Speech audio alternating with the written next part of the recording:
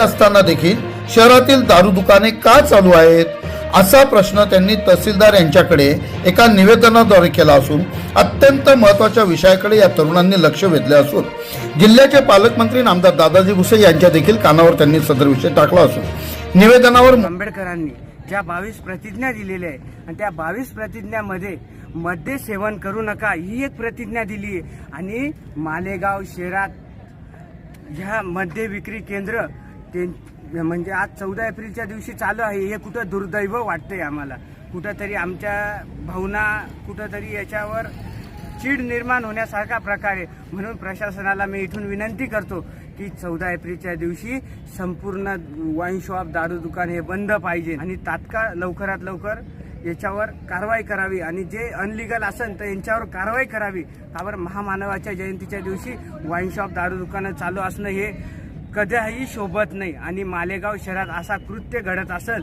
तर हे कदाही खपून गेल्या जाणार नाही। प्रशासनाने याची कडक अंमलबजावणी करावी ही प्रबंधभूमीच्या माध्यमातून आम्ही प्रशासनाला इशारा देतो।